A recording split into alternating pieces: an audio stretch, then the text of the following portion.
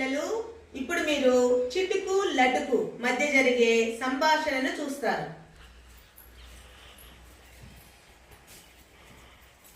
ఏమో లటుకు, నేను నా మిత్రుడు గుడుగు విశాఖపట్నం వస్తాం.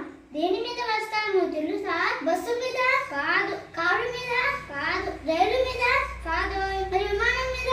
అబ్బే, మరి పడవ మీద కాదు బాబు. అయితే మరి దేని మీద వచ్చారు? దేని మీదనా?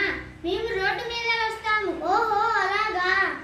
పిల్లలు, ఇప్పుడు మీరు చిటుకు లటుకు మధ్య జరిగే సంభాషణను చూస్తారు.